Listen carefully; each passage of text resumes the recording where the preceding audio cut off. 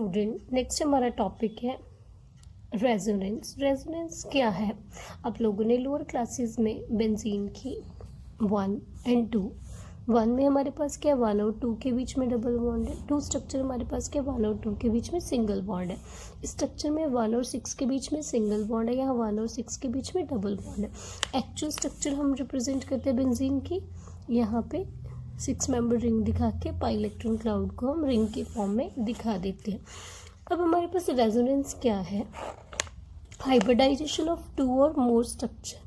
मेरे पास 2 और मोर स्ट्रक्चर, इस बेंजीन की केस में 2 है, किसी मॉलिक्यूल में 2 से ज़्यादा भी हो सकते, उन दोनों स्ट्रक्चर की हाइब्रिडाइजेशन।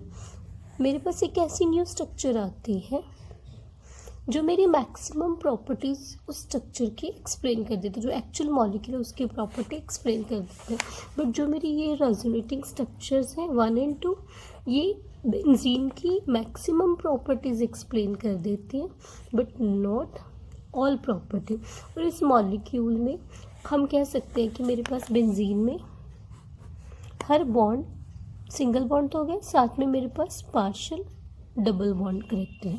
एक्चुअल मॉलिक्यूल को मैं इमेजिन कर सकती हूँ, पेपर पे ड्रॉ नहीं कर सकती। तो मेरे पास जो रेजोनेंस कंसेप्ट है वो क्या है? हाइब्रिडाइजेशन ऑफ 2 और मोर कन्वेंशनल बॉन्ड स्ट्रक्चर। ये 2 और मोर मेरी कन्वेंशनल बॉन्ड स्ट्रक्चर, इन दोनों की हाइब्रिडाइजेशन से मेरे पास एक न्यू स्ट्रक्चर आती है जिसको मैं जस्ट इमेजिन कर सकती हूँ, ड्रॉ नहीं कर सकती। जो मेरा एक्चुअल मॉलिक्यूल है वो इमेजिनरी है, बट ये एक्चुअल मॉलिक्यूल मेरी इन दोनों की मैक्सिमम प्रॉपर्टीज़ एक्सप्लेन कर देता है। ये दोनों स्ट्रक्चर मेरी बेंजीन की सारी प्रॉपर्टीज़ नहीं एक्सप्लेन कर देती, ये दोनों स्ट्रक्चर मेरी most of properties of benzene explain कर देती है बट सारी प्रॉपर्टी नहीं एक्सप्लेन कर देती। सिमिलरली मेरे पास एक और मॉलिक्यूल है कार्बोक्सिलिक एसिड। हम कार्बोक्सिलिक एसिड को हमेशा से लिखते हैं ना। इस केस में जो मेरी रेजोनेटिंग स्ट्रक्चर है वो मेरे पास क्या बन रही है? अगर ये ऑक्सीजन लोन पेयर यहाँ पे पोस्ट इलेक्ट्रॉन पेयर दे दे, मेरे पास यहाँ पे चार्ज शिफ्ट हो जाए, दैट मीन्स कार्बोक्सिलिक एसिड के केस में मेरे पास रेजोनेटिंग स्ट्रक्चर एक ये बन गई। अब इस केस में जो मेरा एक्चुअल मॉलिक्यूल है इन दोनों स्ट्रक्चर्स के बीच में एग्जिस्ट कर रहा है। एक्चुअल मॉलिक्यूल को मैं इमेजिन कर सकती हूँ, पेपर पे ड्रॉ नहीं कर सकती, बट ये दोनों मेरी सारी प्रॉपर्टीज़ नहीं एक्सप्लेन करते, एक्चुअल मॉलिक्यूल मेरी सारी प्रॉपर्टीज़ एक्सप्लेन कर देता है। नेक्स्ट मेरे पास है कार्बन डाइऑक्साइड। कार्बन डाइऑक्साइड को हम ऐसे रिप्रेजेंट करते हैं। इस केस में हमारे पास रेजोनेटिंग स्ट्रक्चर हम कैसे ड्रॉ करते हैं?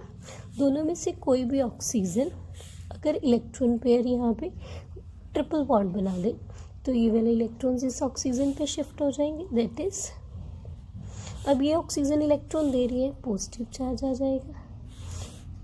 यहाँ के दोनों इलेक्ट्रॉन्स इस ऑक्सीजन पे चले गए, नेगेटिव चार्ज आ गया। एक बार इस ऑक्सीजन ने इलेक्ट्रॉन पेयर दिया, पॉजिटिव चार्ज आ गया। एक बार इस ऑक्सीजन ने इलेक्ट्रॉन पेयर दिया, दैट मीन्स बस अगली रेजोनेटिंग स्ट्रक्चर क्या बनेगी? अगर ये इलेक्ट्रॉन्स यहाँ पे ट्रिपल बॉन्ड बना रहे, ये इलेक्ट्रॉन यहाँ पे शिफ्ट हो रहे हैं, इट मीन्स जो एक्चुअल मॉलिक्यूल है मेरा इन बिटवीन दीज 3 स्ट्रक्चर है उसको मैं इमेजिन कर सकती हूँ, पेपर पे ड्रॉ नहीं कर सकती।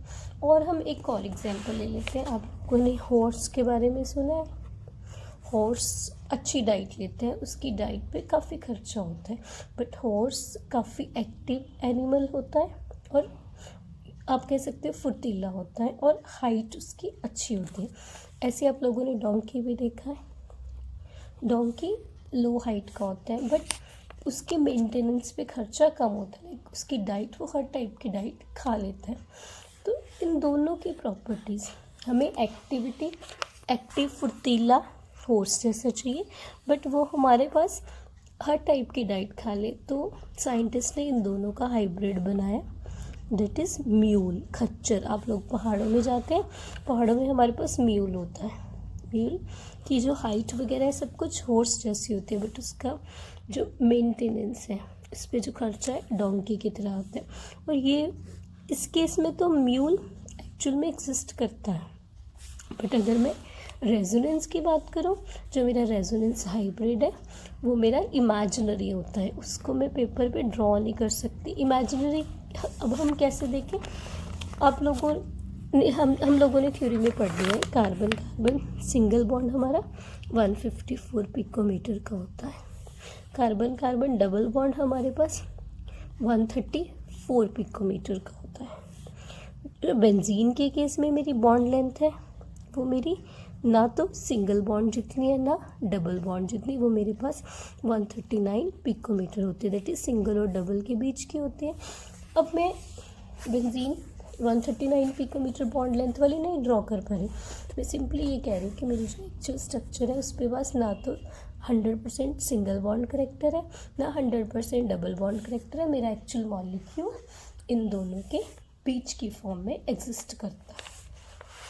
नेक्स्ट है, अगर मेरे पास रेजोनेंस फिनोमिना हो रहा है उससे मेरी किसी भी कंपाउंड्स की क्या प्रॉपर्टीज़, मुझे उसका क्या फ़ायदा हो रहा है, और तुम क्या कह सकते हो मेरे रेजोनेंस हाइब्रिड, हमने रेजोनेंस हाइब्रिड बेंजीन के केस में बनाया है, इन दोनों केसेस में रेजोनेंस हाइब्रिड बनेगा, उसकी क्या प्रॉपर्टीज़ होगी। सबसे पहले हमारे पास प्रॉपर्टी है stability. Stability as compare to resonating structure 1 और 2, मेरे पास रेजोनेंस हाइब्रिड ज़्यादा स्टेबल होता है। बेंजीन के केस में जो मेरी रेजोनेंस हाइब्रिड की stability 151 kilo joule per mole ज़्यादा है। और ये एनर्जी हम कैसे देखते हैं, अगर मेरे पास साइक्लोहेक्सीन है, इसकी मैं हाइड्रोजनेशन कर दूँ मेटल की प्रेजेंस में, मेरे पास साइक्लोहेक्सीन आ जाएगा। यहाँ पे मेरे पास कुछ अमाउंट ऑफ एनर्जी रिलीज होएगी। ऐसे ही मैं इमेजिन कर लूँ मेरे पास 3 डबल बॉन्ड्स हैं, दैट मीन्स मेरे पास हाइपोथेटिकल स्ट्रक्चर क्या आ गई, साइक्लो हेक्सेट्राइन, इसकी मैं हाइड्रोजनेशन करूँगी, अगेन मेरी साइक्लोहेक्सीन बनेगी। ऐसे ही अगर मैं बेंजीन के केस में, ये मेरा बेंजीन मॉलिक्यूल मैं ऐसे दिखा रही हूँ, ये मेरी इमेजिनरी स्ट्रक्चर है और मैं क्या कह सकती हूँ मेरी हाइपोथेटिकल स्ट्रक्चर है। जस्ट हम एनर्जी वैल्यू कैलकुलेट करने के लिए क्या कर रहे हैं, जो साइक्लोहेक्सीन में एक बॉन्ड है, अगर मेरे पास 3 बॉन्ड है तो मेरे पास कितनी एनर्जी रिलीज हो। अगर मैं इसकी हाइड्रोजनेशन करूँगी बेंजीन के केस में, अगेन मेरे पास साइक्लोहेक्सीन आ जाएगा। बट अगर मैं एनर्जी डिफरेंस कंपेयर करूँ, इन दोनों मॉलिक्यूल में एनर्जी डिफरेंस मेरे पास 151 किलो जूल्स का है। इट मीन्स मेरा बेंजीन मॉलिक्यूल इतना स्टेबल है as compare to hypothetical structure. और जो रेजोनेंस एनर्जी है हम कैसे देखते हैं, रेजोनेंस एनर्जी हमारे पास डिफरेंस होता है किसका, जो मेरे पास कंट्रीब्यूटिंग स्ट्रक्चर है, जो भी मेरी मोस्ट स्टेबल कंट्रीब्यूटिंग स्ट्रक्चर आती है, मोस्ट स्टेबल, माइनस जो भी मेरे पास रेजोनेंस हाइब्रिड आता है, इन दोनों का एनर्जी डिफरेंस है। अब मेरे पास जब मैं साइक्लोहेक्सीन की हाइड्रोजनेशन कर रही हूँ, मेरे पास एनर्जी किलो जूल्स रिलीज हो रही है, नियरली 120 कह सकते हैं। अगर मेरे 3 बॉन्ड्स डबल बॉन्ड हाइड्रोजनेट हो रहे हैं तो मेरी एनर्जी कितनी हो जाएगी, 120 को अगर मैं 3 टाइम्स करूँ, नियरली मेरे पास यहाँ पे 358 kilo joules of energy release हो जाती है। बट जब मैं बेंजीन को हाइड्रोजनेट कर रही हूँ, मेरे पास एनर्जी रिलीज हो रही है नियरली 208 किलो जूल्स। तो मेरे पास यहाँ पे डिफरेंस कितना हो गया, नियरली 150 किलो जूल। तो मेरा बेंजीन मॉलिक्यूल 150 किलो जूल ज़्यादा स्टेबल है। और हम क्या कह रहे हैं, जो मेरी रेजोनेंस एनर्जी डिफरेंस किसका है, मेरी contributing structure minus resonance hybrid. That is अगर मैं इसका डायग्राम के फॉर्म में ड्रॉ करूँ, मेरे पास हमने पता है जो मेरे पास स्टेबल होते हैं उसकी एनर्जी लो होती है। तो मेरे पास जो रेजोनेंस हाइब्रिड है, हम कह रहे हैं ना ज़्यादा स्टेबल है, उसकी एनर्जी की कुछ वैल्यू होगी। जो मेरी मोस्ट स्टेबल कंट्रीब्यूटिंग स्ट्रक्चर है,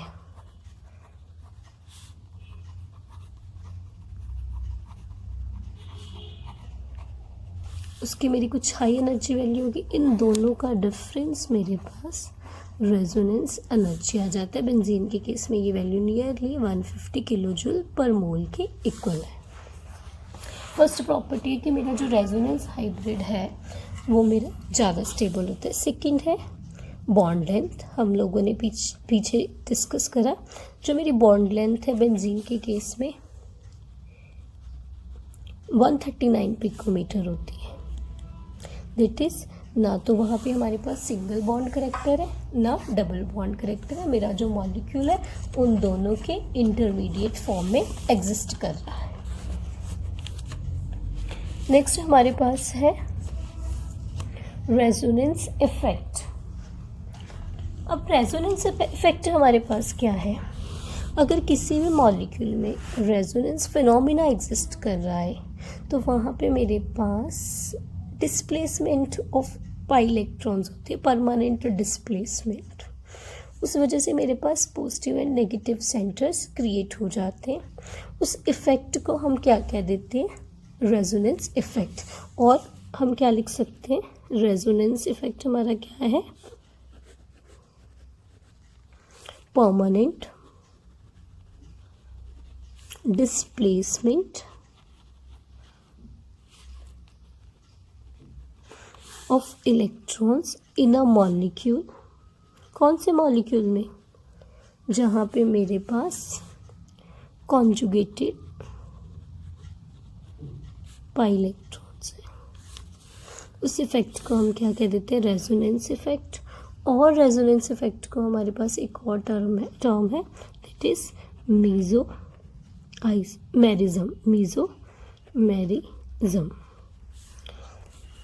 अब हमारे पास रेजोनेंस फिनोमिना, रेजोनेंस इफेक्ट कैसे आता है? सपोज मेरे पास कोई डोनेटिंग ग्रुप है या विदड्रॉइंग ग्रुप है। सपोज मेरे पास यहाँ पे डोनेटिंग ग्रुप है, नाइट्रोजन लोन पेयर डोनेट हो जाते हैं। अगर ये नाइट्रोजन लोन पेयर यहाँ पे इलेक्ट्रॉन दे दे तो यहाँ डबल बॉन्ड बन जाएगा, ये इलेक्ट्रॉन्स मेरे यहाँ पे शिफ्ट हो जाएंगे। दैट इज़ मेरे पास यहाँ पे डबल बॉन्ड बना, नाइट्रोजन इलेक्ट्रॉन पेयर दिया, पॉजिटिव चार्ज आया, यहाँ पे मेरे पास नेगेटिव सेंटर आया। नेक्स्ट मेरे पास रेजोनेटिंग स्ट्रक्चर क्या बनेगी? ये नेगेटिव चार्ज और इलेक्ट्रॉन पेयर यहाँ डबल बॉन्ड बना देगा, मेरे इलेक्ट्रॉन्स यहाँ पे शिफ्ट हो जाएंगे। That is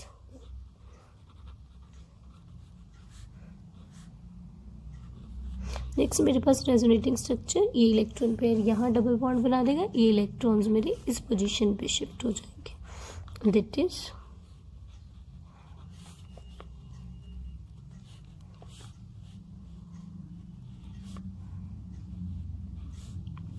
next resonating structure मेरी क्या बनेगी? ये डबल बॉन्ड इलेक्ट्रॉन पेयर यहाँ डबल बॉन्ड बना देगा, वापस नाइट्रोजन पे इलेक्ट्रॉन आ गया। That is positive charge neutralize हो गया, मेरे पास स्ट्रक्चर न्यूक्लियस। अब रेजोनेंस इफेक्ट में क्या हो रहा है? मेरे पास मॉलिक्यूल एनिलीन है, ये एनिलीन मॉलिक्यूल, इसमें नाइट्रोजन परमानेंट लगा हुआ है।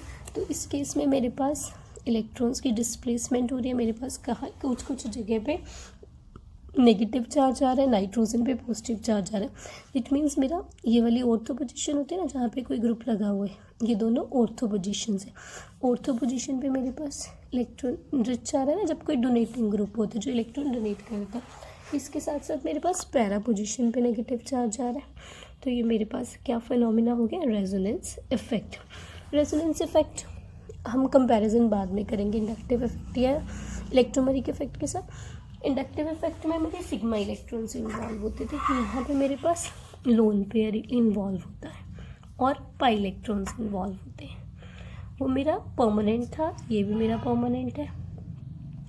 उस केस में partial positive and negative charge आते थे, यहाँ पे मेरे पास कंप्लीट चार्जेस प्रोड्यूस होते। और जहाँ तक मेरा डबल बॉन्ड कॉन्जुगेशन में है, मेरे पास रेजोनेंस इफेक्ट वहाँ तक रोल प्ले करेगा। इंडक्टिव इफेक्ट मेरा थर्ड फोर्थ कार्बन के बाद निग्लिजिबल हो जाता था। नेक्स्ट है, अगर मेरे पास कोई electron withdrawing group electron withdrawing group हम यहाँ पे कार्बोक्सिलिक एसिड या एल्डिहाइड कीटोन कुछ भी ले सकते हैं। यहाँ पे सपोज मेरे पास ये कंपाउंड है,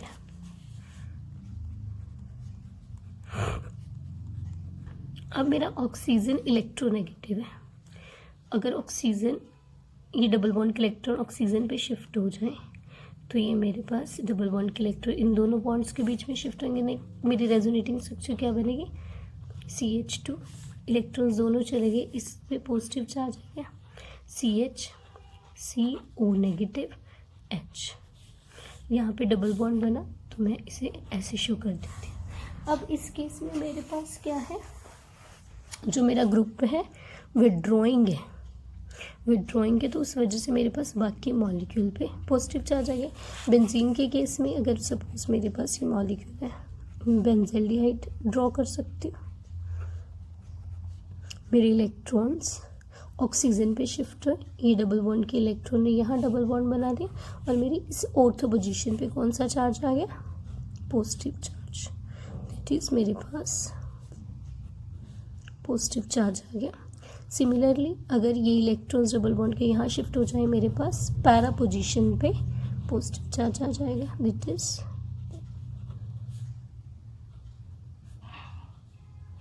नेक्स्ट मेरे पास है, अगर मेरे ये डबल बॉन्ड के इलेक्ट्रॉन्स यहाँ डबल बॉन्ड बना दे तो मेरा अगेन ऑर्थो पोजीशन पे पॉजिटिव चार्ज आ जाएगा।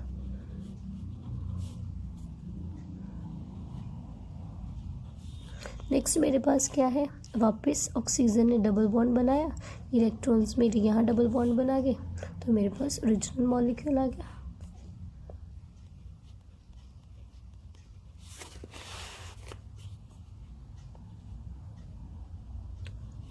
अब इस केस में मेरा विड्रॉइंग ग्रुप था तो मेरी रिंग पे पॉजिटिव चार्ज आ रहा है। कौन कौन से पोजीशन पे पॉजिटिव चार्ज आ रहा है, कौन कौन से पोजीशन पे आ रहा है मेरा positive charge, ortho and para position पे। जब मेरे पास डोनेटिंग ग्रुप होता है उस केस में मेरे पास पॉजिटिव चार्ज कहाँ पे आ रहा है, और सॉरी पॉजिटिव चार्ज मेरा नाइट्रोजन पे आ रहा है और नेगेटिव चार्ज मेरा ऑर्थो एंड पे। मेरे इलेक्ट्रॉन डोनेट करते हैं, वो मेरे इलेक्ट्रॉन डोनेटिंग ग्रुप हो गए और वो मुझे +R इफेक्ट शो करते हैं। यहाँ पे मेरे पास क्या क्या एग्जांपल्स होंगे, NH2, OH, हैलोजन, कोई भी हैलोजन हो सकती है मेरी। ये सारे ग्रुप्स मेरे पास इलेक्ट्रॉन डोनेट करते हैं तो +R इफेक्ट शो करेंगे। जो ग्रुप्स मेरे इलेक्ट्रॉन विड्रॉ करेंगे वो -R इफेक्ट शो कर देंगे। वहाँ पे मेरे पास क्या क्या एग्जांपल्स हो जाएंगे, कार्बोनाइल एल्डिहाइड कीटोन कोई भी ग्रुप हो जाएगा, कार्बोक्सिल ग्रुप हो गया, सल्फोनिक एसिड हो गया, देन मेरा साइनाइड्स हो गए। साइनाइड्स को हम कैसे लिख सकते हैं, C∼N। N मेरा नेगेटिव चार्ज, इलेक्ट्रोनेगेटिव है, इलेक्ट्रॉन्स यहाँ जाएंगे तो वो ऐसा विड्रॉइंग ग्रुप एक्ट करेगा। नाइट्रो ग्रुप, ये सारे ग्रुप्स मेरा -R इफेक्ट शो करते हैं। अब हमने रेजोनेंस के बारे में पढ़ लिया, रेजोनेंस इफेक्ट के बारे में पढ़ लिया। देन हमारे पास नेक्स्ट है कंडीशंस ऑफ रेजोनेंस। हमारे कौन से मॉलिक्यूल्स में कैसी स्ट्रक्चर होनी चाहिए जो हमारा रेजोनेंस इफेक्ट शो करते हैं। और हम कह सकते हैं कि मेरी रेजोनेटिंग, हमने ड्रॉ करा ना रेजोनेटिंग स्ट्रक्चर्स, कंट्रीब्यूटिंग स्ट्रक्चर, वो एक्चुअल में वो कंट्रीब्यूटिंग स्ट्रक्चर उस पर्टिकुलर रेजोनेंस हाइब्रिड में कंट्रीब्यूट करती हैं या नहीं, हम कैसे देखेंगे। तो हमारे पास जो कंडीशंस क्या है, कंडीशंस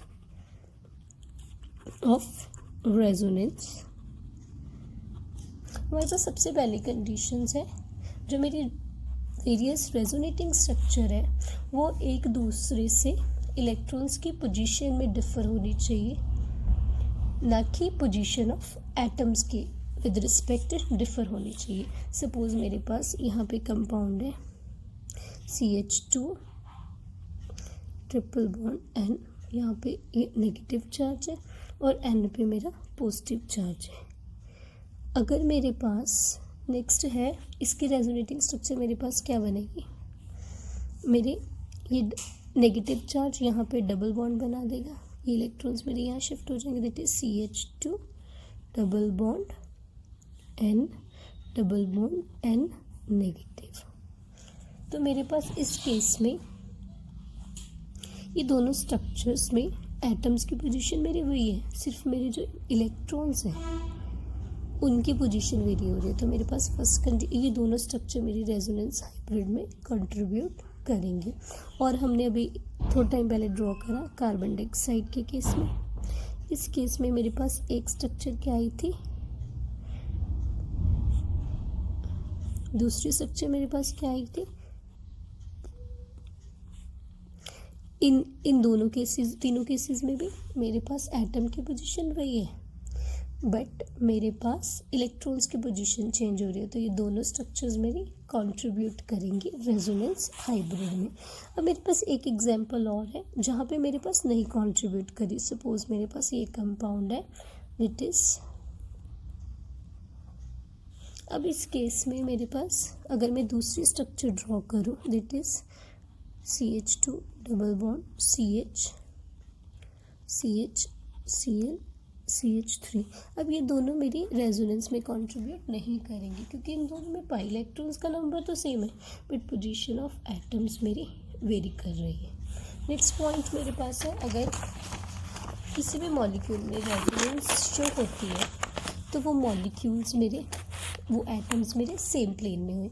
रेजोनेंस में हमारे पास क्या हो रहा है, किसी भी मॉलिक्यूल में डबल बॉन्ड पाई इलेक्ट्रॉन्स का मेरे पास उनकी पोजीशन चेंज हो रही है ना।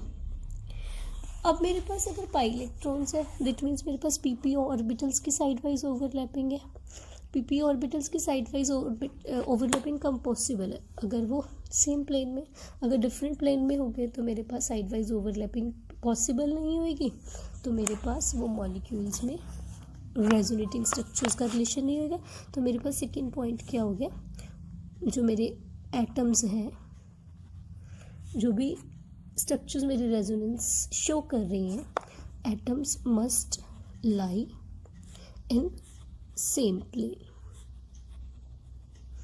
नेक्स्ट मेरे पास पॉइंट है, मेरे पास उस मॉलिक्यूल में सेम नंबर ऑफ पेयर्ड और अनपेयर्ड इलेक्ट्रॉन होने चाहिए, that is same number of unpaired and paired electrons.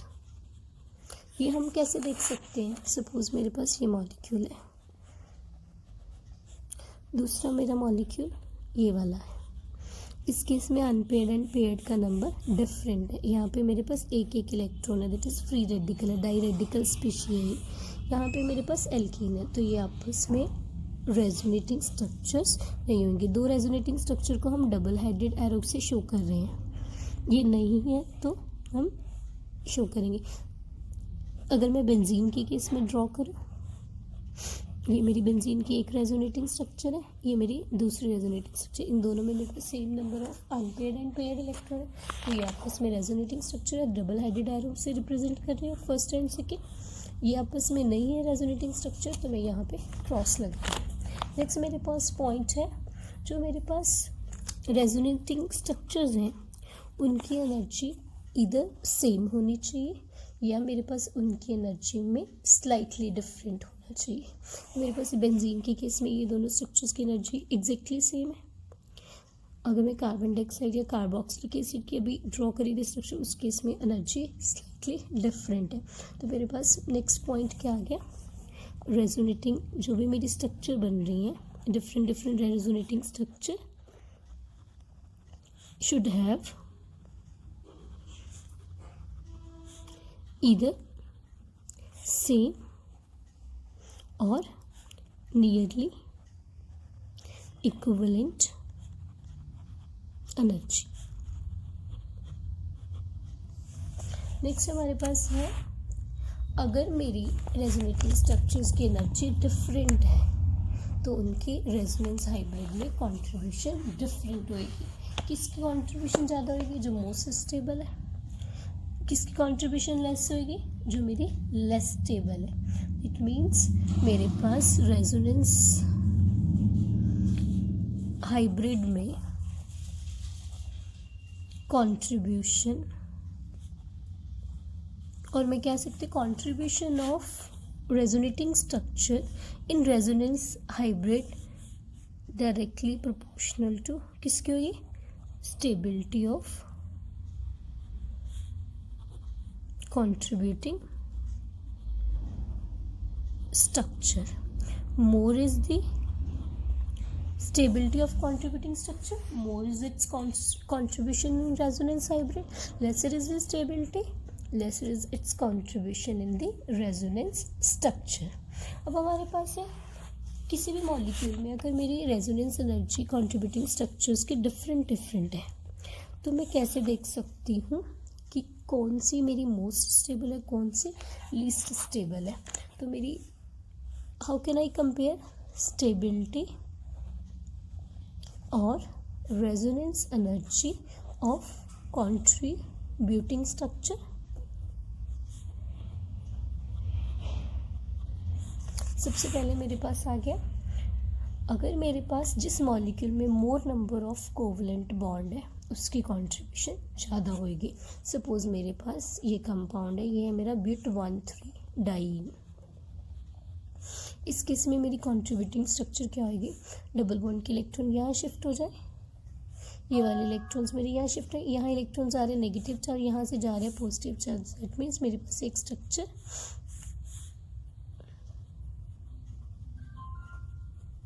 अगली स्ट्रक्चर क्या बनेगी मेरी, इस पोजीशन पे नेगेटिव चार्ज, इस पे पॉजिटिव चार्ज.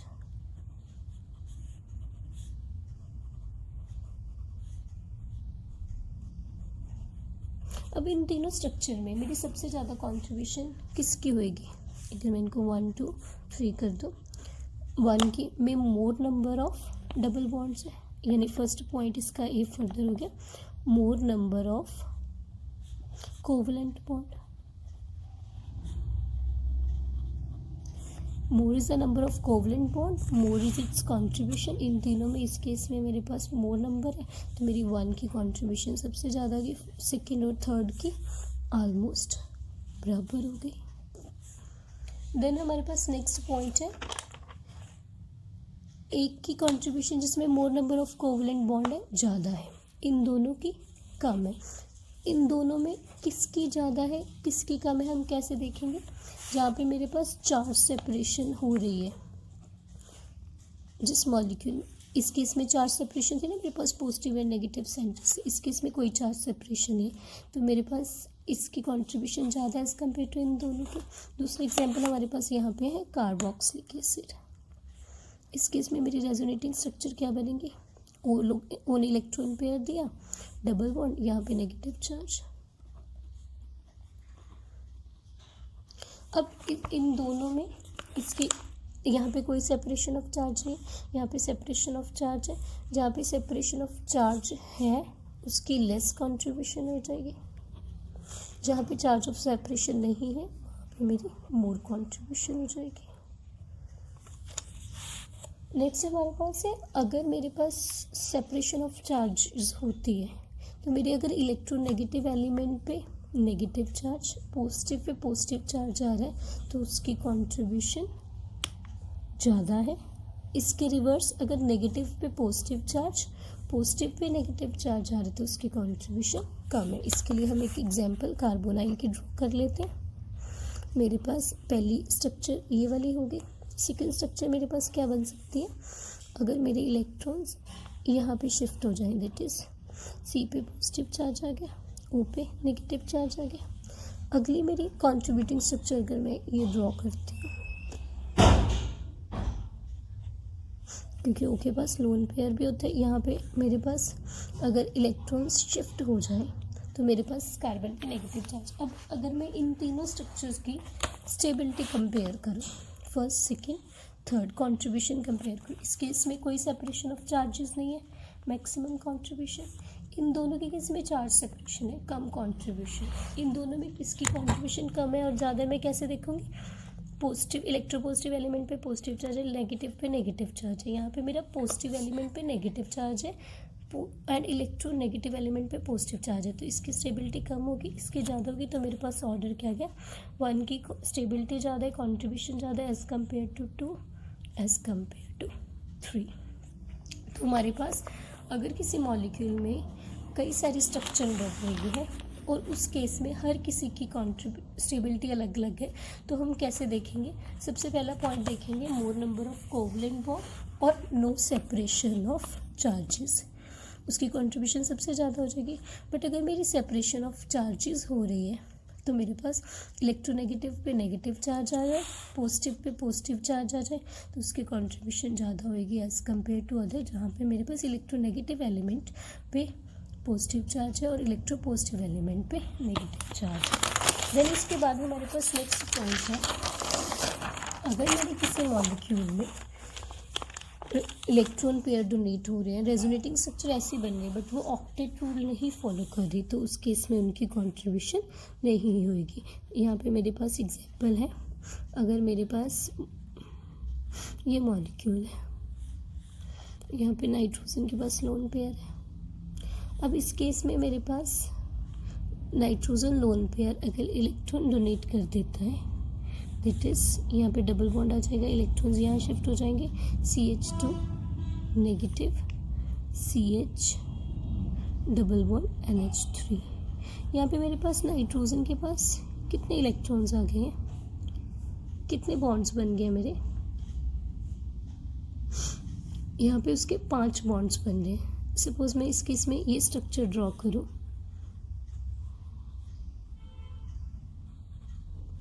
इस केस में मेरे पास नाइट्रोजन के 5 बॉन्ड बन रहे हैं, यहाँ पे भी मेरे 5 बॉन्ड बन रहे हैं, बट इस केस में पॉजिटिव चार्ज आ गया, डेफिशिएंट हो गए 8 इलेक्ट्रॉन्स है, बट इस केस में मेरे 10 इलेक्ट्रॉन्स है, तो इस केस में मेरे पास रेजोनेंस हाइब्रिड कंट्रीब्यूट नहीं करेगा, ये रेजोनेटिंग हाइब्रिड इस रेजोनेटिंग स्ट्रक्चर का नहीं होगा।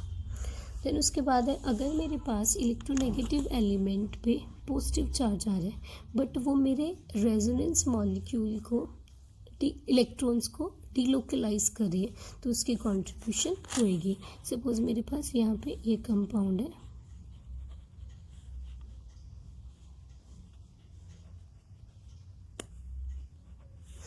इस केस में मेरी रेजोनेटिंग स्ट्रक्चर क्या बनेगी?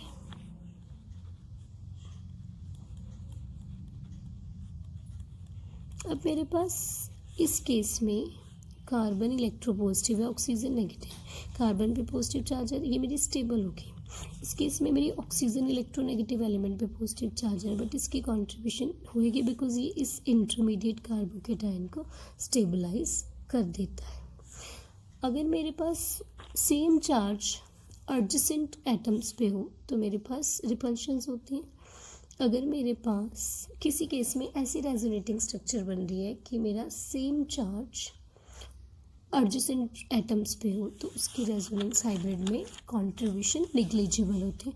यहाँ पे मेरे पास डाइकार्बोनाइल कंपाउंड है, इस केस में मेरे पास रेजोनेटिंग स्ट्रक्चर क्या बनेगी? C पॉजिटिव O नेगेटिव, क्योंकि इलेक्ट्रॉन्स O पे शिफ्ट अगर हो जाते हैं, C पॉजिटिव O नेगेटिव, तो इस केस में मेरे पास एडजेसेंट एटम्स पे सेम चार्ज हो गया, तो मेरी ये हाईली अनस्टेबल हो जाएगी, तो इसकी रेजोनेंस में कंट्रीब्यूशन निग्लिजिबल होगी। तो हमारे पास जो बहुत सारी हम रेजोनेटिंग स्ट्रक्चर अगर ड्रॉ कर रहे हैं किसी मॉलिक्यूल में, वो हमारा कंट्रीब्यूट करेगा नहीं करेगा, हम कैसे देखेंगे? डिफरेंट हमारे पास पॉइंट्स हैं। सबसे पहला पॉइंट हमारे पास क्या था? उनके पाई इलेक्ट्रॉन्स का नंबर सेम होना चाहिए, हमारे पास इलेक्ट्रॉन्स की पोजीशन डिफरेंट होनी चाहिए, एटम्स की पोजीशन नहीं होनी चाहिए, वो जो मेरे एटम्स हैं सेम प्लेन में लाई होनी चाहिए, वो ऑक्टेट रूल फॉलो करना चाहिए। अगर मेरे पास डिफरेंट रेजोनेटिंग स्ट्रक्चर्स है, उनकी एनर्जी डिफरेंट हो रही है, तो मेरे पास उनका कंट्रीब्यूशन उनकी एनर्जी के प्रोपोर्शन में होएगा। जो मोस्ट स्टेबल है उसकी कंट्रीब्यूशन ज़्यादा होएगी, लेस स्टेबल है उसकी कंट्रीब्यूशन कम होएगी। वो भी हम कैसे देखेंगे? मेरी अगर किसी स्ट्रक्चर में चार्ज सेपरेशन है उसकी कंट्रीब्यूशन ज़्यादा होएगी, जिस केस में चार्ज सेपरेशन है उसकी कंट्रीब्यूशन कम होएगी। अब अगर मेरे पास इलेक्ट्रोपॉजिटिव एलिमेंट पे पॉजिटिव चार्ज और नेगेटिव पे नेगेटिव चार्ज है तो उसकी कंट्रीब्यूशन ज़्यादा होगी एज़ कम्पेयर टू अगर मेरे पास किसी केस में पॉजिटिव एलिमेंट पे नेगेटिव चार्ज और इलेक्ट्रोनेगेटिव एलिमेंट पे पॉजिटिव चार्ज है।